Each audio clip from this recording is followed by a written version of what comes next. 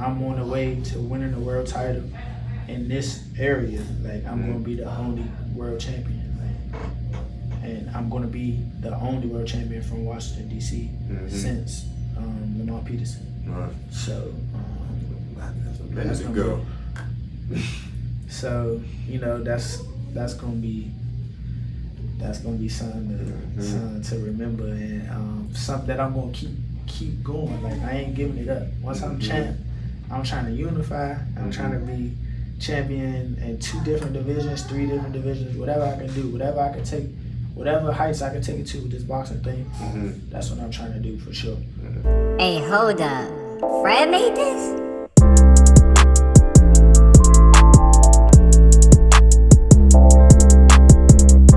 What's up, everybody? Here with Off the Field with Isaiah Robinson, special guest Lamont Roach Jr, standing at 5'7", 130, super featherweight fighter. How you doing today? I'm doing good, bro. Thanks for having me. Appreciate you for coming on. So, for the people that don't know Lamont, who is Lamont and what is your story? Who is Lamont? I'm a chill guy. I'm very nice, family-oriented man.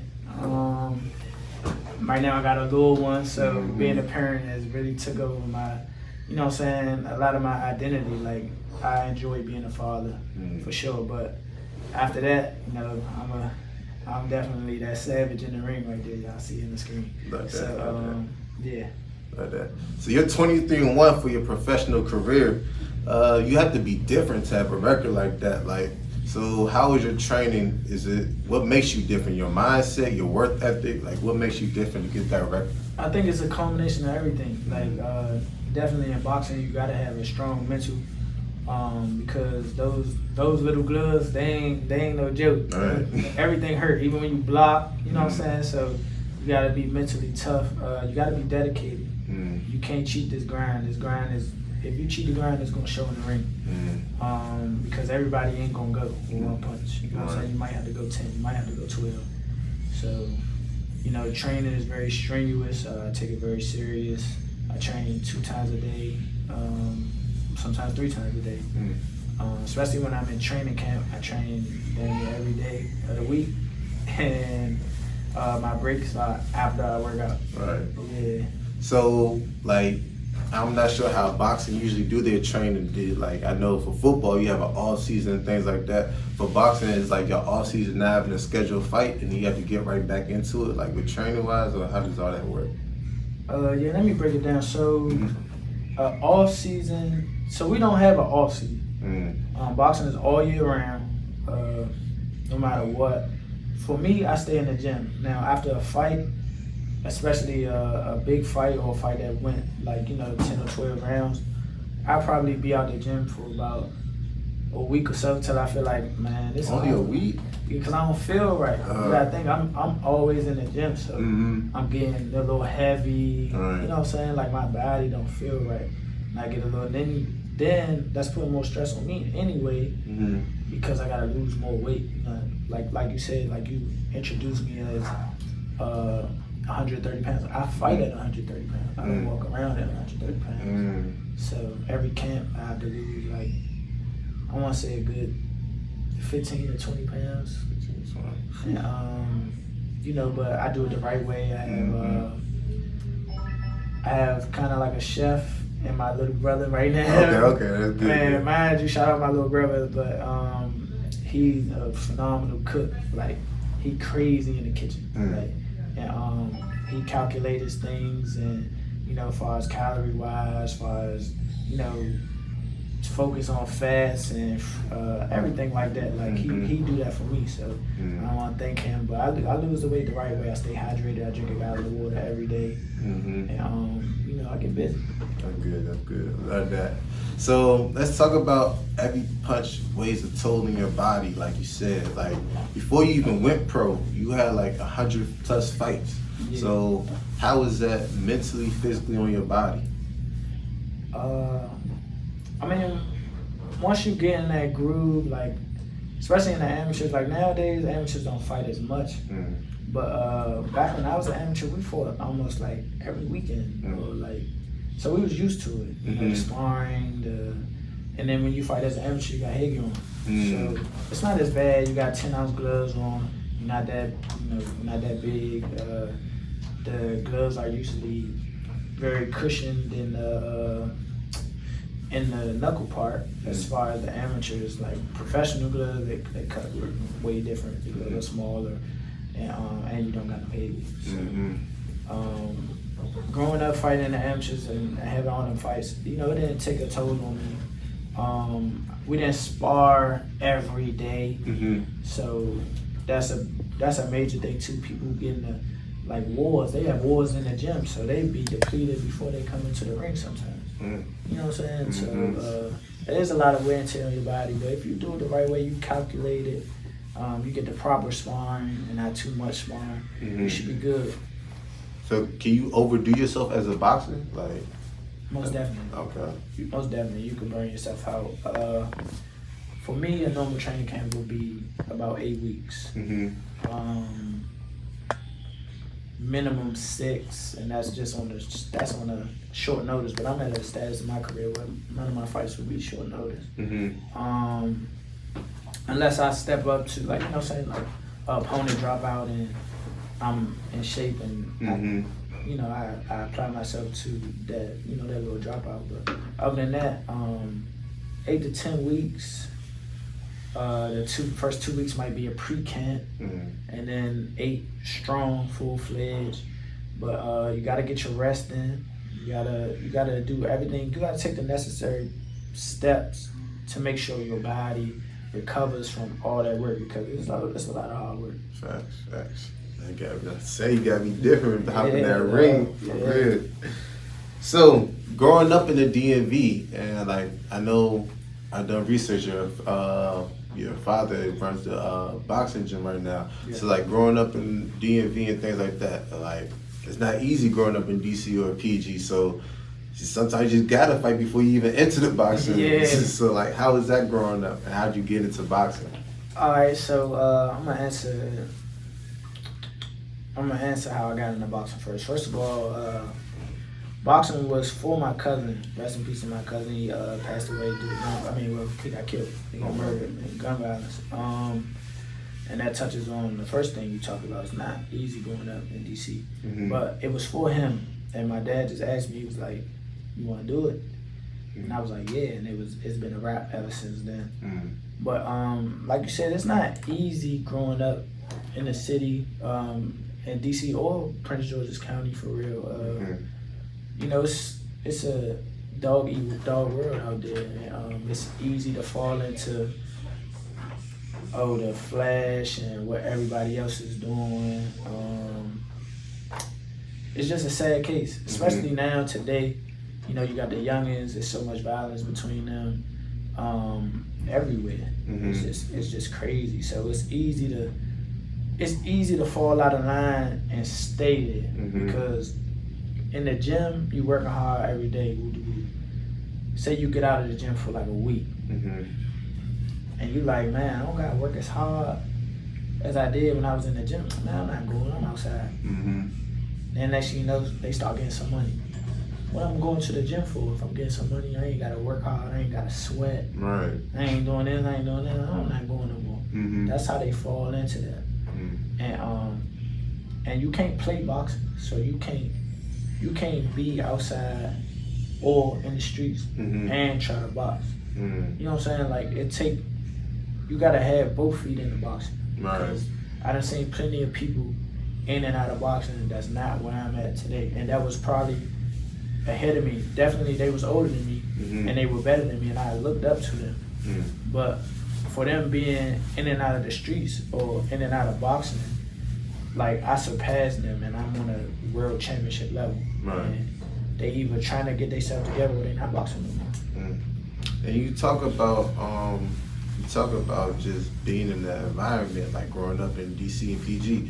So like as football players, some basketball players, soccer players, like they have the chance to go away. They might not have a choice to where they at in life. Like whether I've been to Maine, I've been to Hampton, I've been to Savannah State, not all by choice, but just because that's the best situation for me. Right. But like with boxing, you got the chance to stay home, be with your family, be with your friends. So how did you balance that lifestyle? Okay, this is business, but you still have your personal life personal, like, everything you go through in life? I think I balanced it well because it was something that I really wanted to do.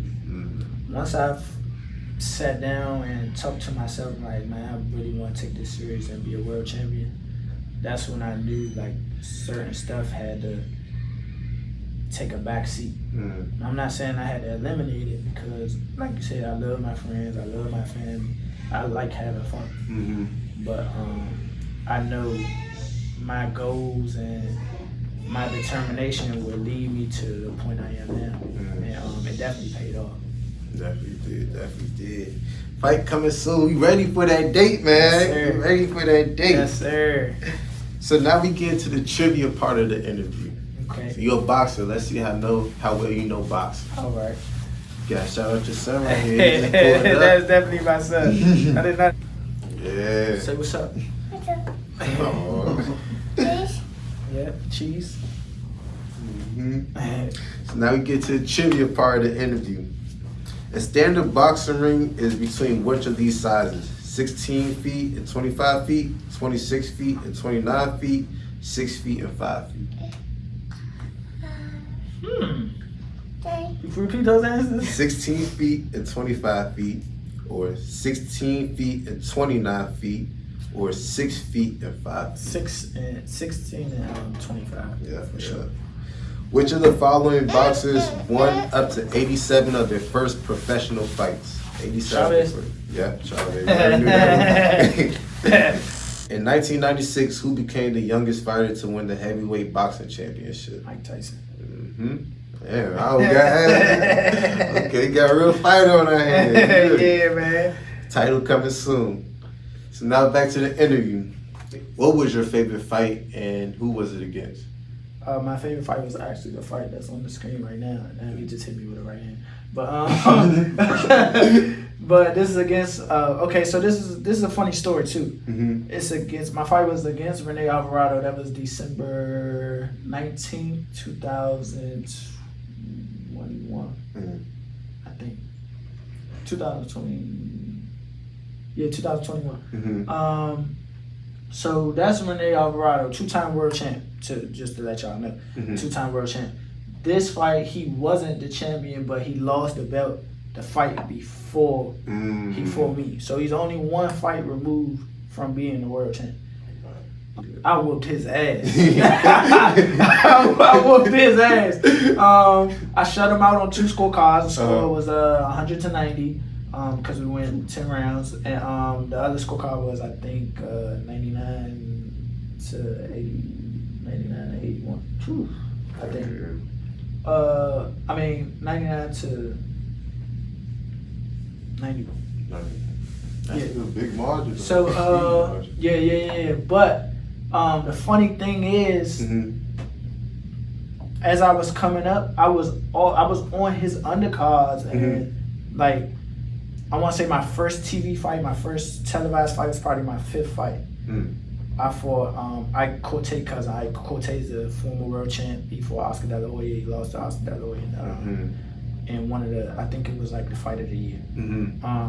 I fought Ike Cortez cousin. I knocked him out, but he was the main event against Eric Hunter from Philly. He was Eric Outlaw Hunter from Philly. He was the main event. We fought. I seen him fight Jojo Diaz. I seen him fight. I seen him fight when he won the belt. Oh, they didn't win when he lost. I don't know. But I seen him fight like 4 times in person, and 2 times I was on a card when we fought, and then we finally fought. But so it was like we was destined to meet up. But yeah, he was 2-time world champ, and nobody beat him like I beat him. I would do this. I ain't gonna lie. I would do this. And then after this fight, he moved up and fought at 135 and gave a guy from Golden Boy Promotions, who's an undefeated fighter, a tough fight. So. No doubt. So speaking about Golden Boy Promotions, I know that you're a free agent right now. Yes. So what are you looking for in your next promotion team? So obviously run my money. But in all seriousness, I want to establish stardom. Like I got a nice fan base here at home. I want to build off that. I want to grow and become a superstar. So that's what I'm looking for. So all the promotional teams that's looking out there, give my man that exposure he need and that money he need. They better or my father gonna take this over. Shout out No Excuse Promotions. That's my dad's promotional company. He gives an opportunity for fighters in this area, not only this area but everywhere, but definitely more specifically this area, to showcase their skills and grow their careers. So shout out to my father. So if a fighter wants to get into boxing from around the area or anywhere, how can he get in contact with your father or his business? You can definitely follow my dad on Instagram and Twitter at Team No Excuse Boxing. Shoot him a DM, he'll reply instantly. So about my dad, when he took over the program, to give y'all a little backstory, my cousin was my head trainer. My dad wasn't always my head trainer. My cousin was. His name is Lamont Roach. He was a firefighter and an all-around great person. Everybody who knows him knows that. And trust me, it's a lot of people. That was their gym. They opened the gym, No Excuse, in 2007 or 8, or 7 going into 8. And that was our gym. We built that gym from the ground up, literally, like moving the stuff out of the building, like cleaning it up, putting the ring in, all that stuff on our own. That's great. And we built that gym like it's not your modern day super gym where it's not an insulated building. It's like a shed. Like and, we turned it into our home. And so my dad wasn't always my trainer. My cousin was my trainer. He passed away in 2017. Yeah, it's all good. He left us with the gift to grow. That was his thing. He helped people.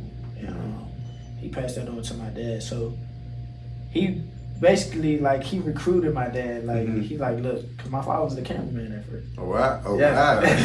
he just recording. So he was like, look, man, you gonna have to help me. And it's been a wrap ever since then. So my dad was my assistant trainer. And then they kind of turned into a super team. So it's just when he couldn't be there, my dad was there. It was no issue. They ran the gym.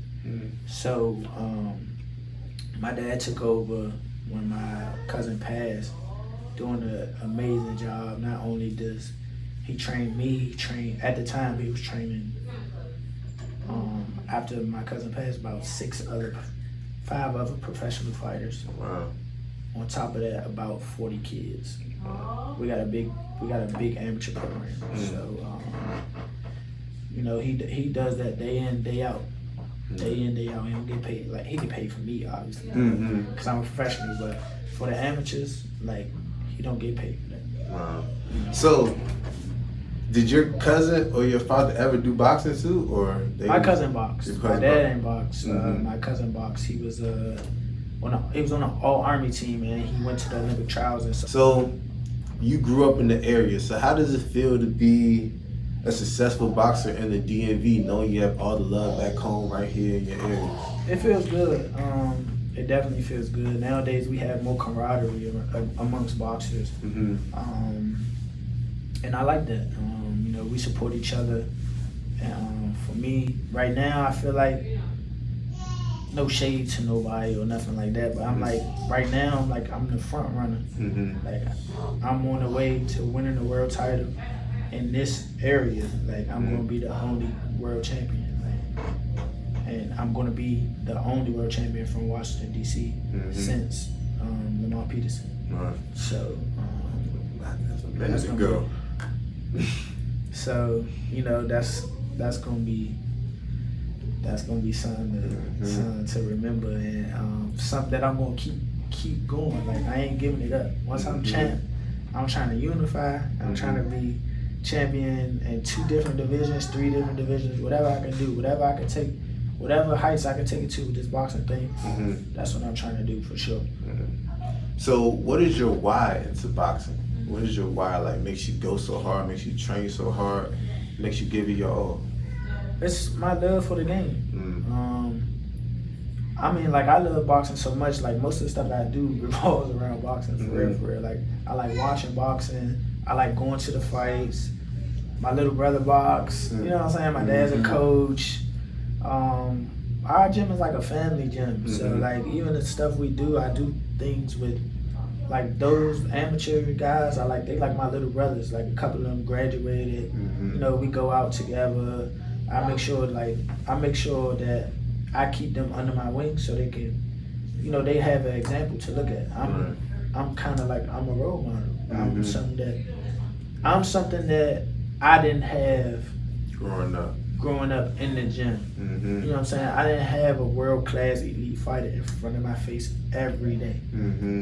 So, and sometimes I gotta bounce back and, like, I gotta step outside myself and see that, like, I am setting that, like, I really am an example for them. Like, this is something that they want to do, especially if they want to take it to another height or another level.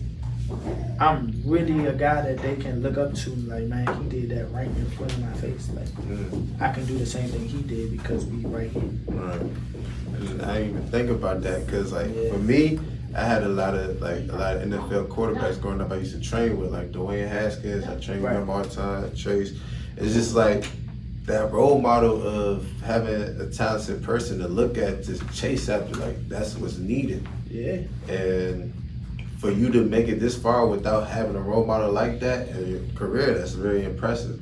It just speaks to talent, speaks on your talent and work ethic right there. Yeah. So that's definitely different. My why too is the way I provide for myself, and not only myself, my son. So that's definitely another why, for sure. How do you feel about all these exhibitions that they're giving to celebrities like Jake Paul and Chad Ochocinco? You feel like it's tarnishing the game? Do you feel like it's giving more clout? Like, what's your opinion for that? Both. And I'm gonna tell you why. It's tarnishing kind of because you got people who work their whole lives to get on a certain stage and they don't get nowhere close to where Jake Paul and Chad Ochocinco, the YouTubers and all that, they making crazy money. As far as a boxer who's been doing this all their life will make a fraction of that, and it wouldn't be nowhere near close to a payday that a main event YouTube fighter would get. You know what I'm saying? Yeah. So that's definitely something that I don't like about that. One thing I will do is salute Jake Paul. At first, I thought he was a clown. But the platform he got, he turned that into his own promotional company. And he giving back to the reason I just said I don't like. He putting fighters on. You gotta think, women's boxing, they starting to get they just due. They starting to get paid, like, they starting to get paid. Right.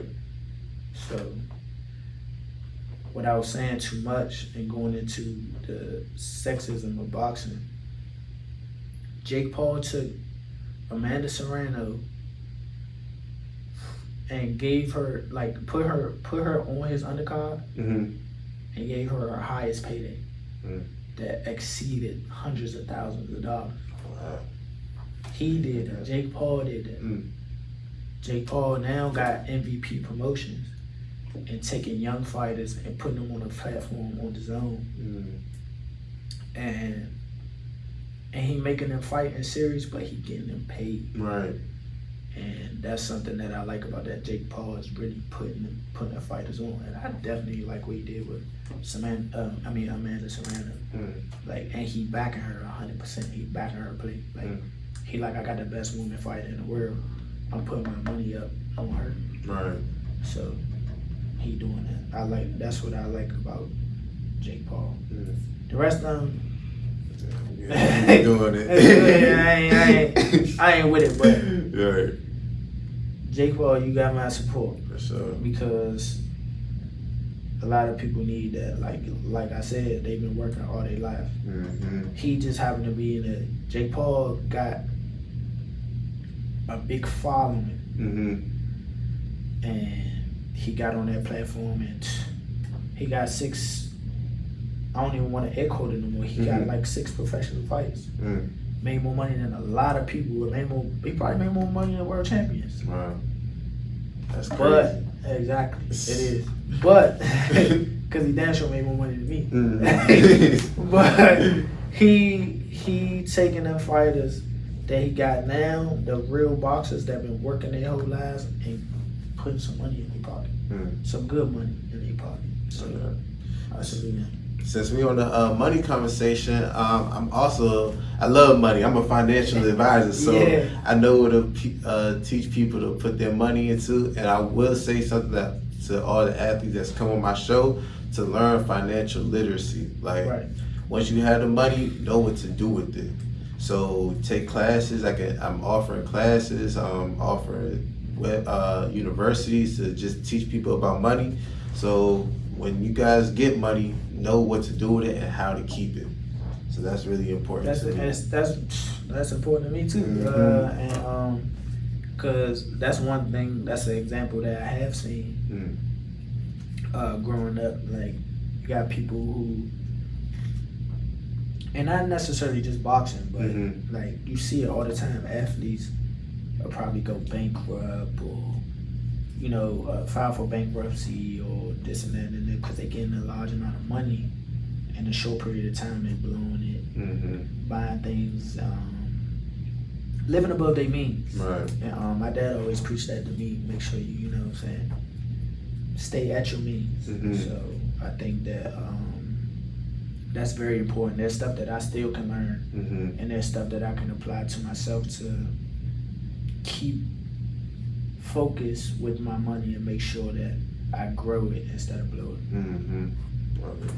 So now we get to the questions that everybody wants to know. All the fans, all the viewers, what are you most excited about for your next upcoming fight with Hector Garcia? What I'm most excited about getting there and punching them in their face. Love that. Man, this is what I've been waiting for ever since my first title shot. I was 24 years old when I got my first world title shot. I just let that slip, and me and my father just watched that fight about 2 days ago, almost a Sunday, and just capitalizing off of what happened and learning and stuff like that. This fight is, I'm gonna go get it. It's not. It ain't nothing else to it. For real. Like it's my opportunity. It's my time. I'm gonna go grab it. And, I'm gonna go grab this, and it's gonna change my life for the better. And I'm gonna show the whole world that I belong on that stage. That's what I'm most excited about. Definitely. So how do you think? I don't care how Garcia is as a fighter. I already know you're gonna win this shit. So, what have you learned from your last title fight that you can apply to this fight? Just go out there and get it. Like I said, my last fight I started a little too late. I gave away the first couple rounds. On top of that, in a similar situation, I'm not the champ. I'm the challenger. So I can't afford to do that, and we know that already. But at the end of the day, man, this man ain't on my level. He ain't on my level. So the one thing I do know is just apply. No matter what it is, apply the pressure, apply the skill, apply the will. As long as I do my due diligence and training, I already know I'm gonna wipe him out. Right. And I seen something on YouTube. I seen an interview that you was doing prior to this, saying that you don't think Hector is ready yet. That's why the fight hasn't happened yet. Yeah, man. So like, Hector, you need to get ready so you can get. Yeah. You feel me? All that.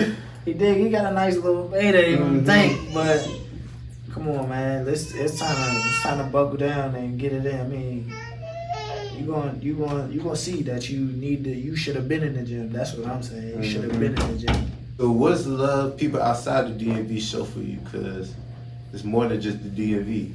Yeah. So like I said, I've been to plenty national tournaments. As an amateur, I've been seeing like I've won 11 national championships as an amateur. I travel internationally to fight with the USA team in the Ukraine in a big tournament. So I'm kind of like in the boxing community for sure.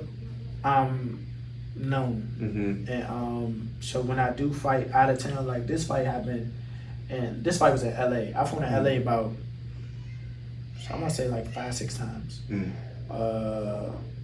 Probably more now that I think about it. But I fought in LA a lot, so the fan base that I have outside of the DMV is actually a lot better than people would think. I've been embraced by the LA crowds, the Texas crowds. I fought in Boston one time in the House of Blues, so that's a very intimate crowd. And, you know, I had it rocking right there. You know what I'm saying? So I get a lot of love outside of the DMV, and I try to show love back to them. I try to like bring like little shirts, and I try to cater to the crowd probably like with my music, what I walk out to and stuff like that. I take pictures with all the fans. I fought in Mexico, I fought in Puerto Rico. I got plenty of pictures with people like, you know what I'm saying, with fans tell me, hey, I love the way you do this, I do that, like I like supporting you and all that, and I'll be like, you know, that's real like fulfilling, especially in my heart, because you know what I'm saying, they ain't have to watch me, they ain't have to take the time out to get to be an actual fan, so I'm very thankful for that. Right. So now we get to the hot seat questions of the interview. Top 5 boxers you think of. Top 5 boxers. My favorite 5 boxers, or top 5 boxers in boxing right now? Your favorite 5. My favorite 5 all time. Prince Nassim Ahmed, Roy Jones Jr.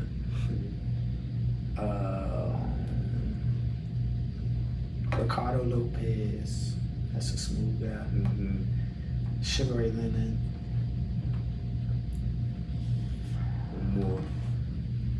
One more.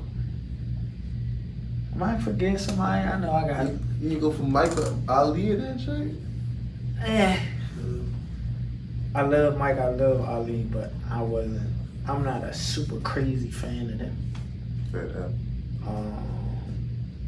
Let me see them bottom. Hopefully, I'm throw it in there in the top 5. Me. You? Yeah, you're about to say you got to throw yourself in the top 5 for sure. My little brother, honorable mention. Okay. That's my favorite fighter. He gonna be like that? He can boogie. Okay. He can boogie. I'm trying to tell you. He's actually ranked #1 amateur in the United States. He's on the high performance USA team with another guy that's in the same weight, and they're competing to be on the Olympic team. Oh wow. Okay, cool. So he about to follow your footsteps, Now he already passed me as far as the amateur game. Like I was on the USA team, but I wasn't about to be in line to be on the Olympic team. That's huge. That's huge, yeah. Yes. Growing up, who did you look up to boxing wise? Like who did you watch?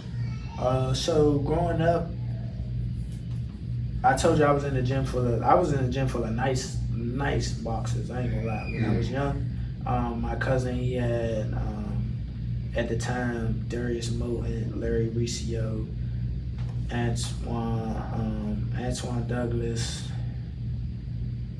Who else? My cousin Tony Magruder, and all those guys were national champs. And like at the time I was 10. They probably like 4 or 5 years older than me and stuff like that. So I was definitely looking up to them. I'd definitely say Lamont Peterson. As I got older, I remember going to his fight against Amir Khan for the World Championship. If you go look at that tape, you can see me on TV like the whole fight. You see me standing in the chair. When they announced the decision, I'm jumping up and down. I'm like, yeah, like I won the championship. Right. So that was he was a guy that I looked up to for sure. my cousin made me watch Sugar Ray Leonard tapes, so for sure. But I never met him in person until I got older. Okay. But yeah, those guys that I named are really the ones I looked up to in boxing, because they was in front of me every day, and obviously I wasn't as good as them because they were already established in their craft, and I wanted to be like them. Right. Toughest opponent you faced so far? Pro, amateur, and outside of boxing. Toughest opponent I faced as a pro.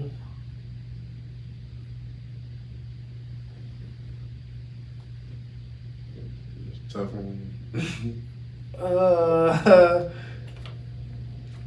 If I put it into perspective,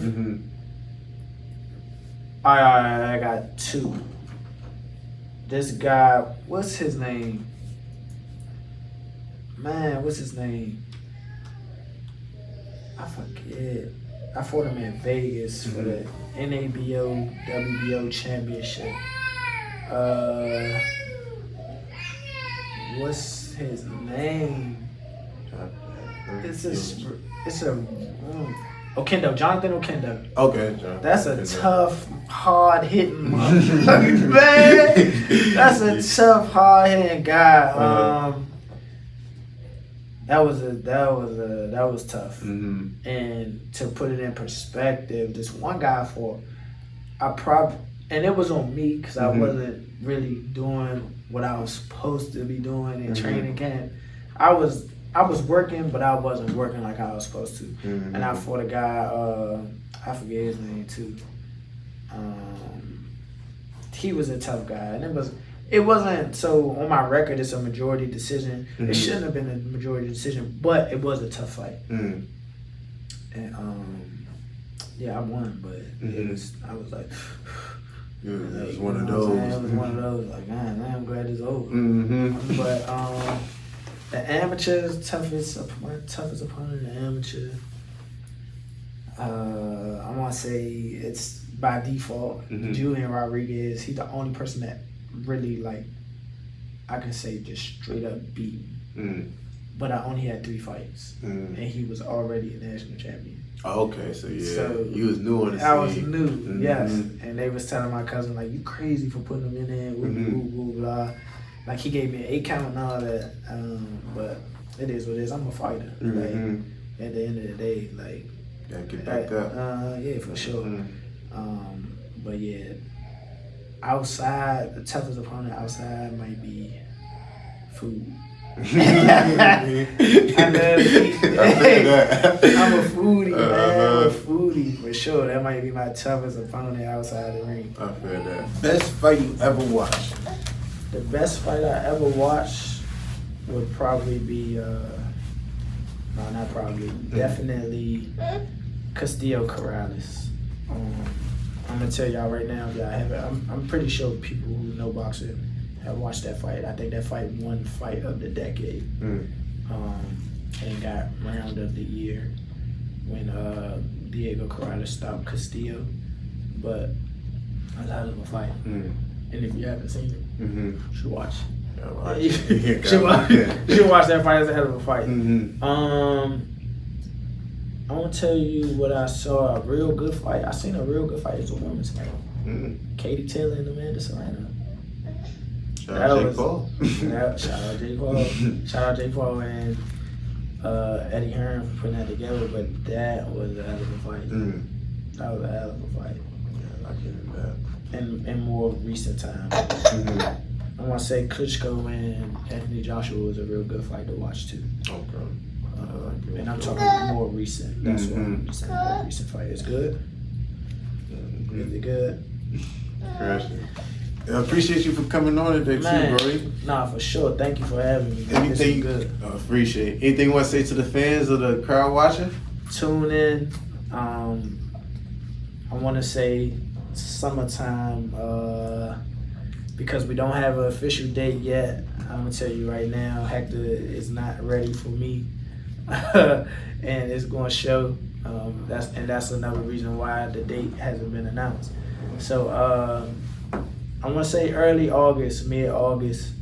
That's when I'm hoping. Hopefully before, but stay tuned. It's most likely going to be in Vegas, so get y'all ticket money ready. Come out and support. If you can't, don't worry, because I will bring the championship home and I will defend at home first. I'm not going nowhere else. I will defend it at home first. So stay tuned. World champion coming soon. Hey, hold up. Fred made this?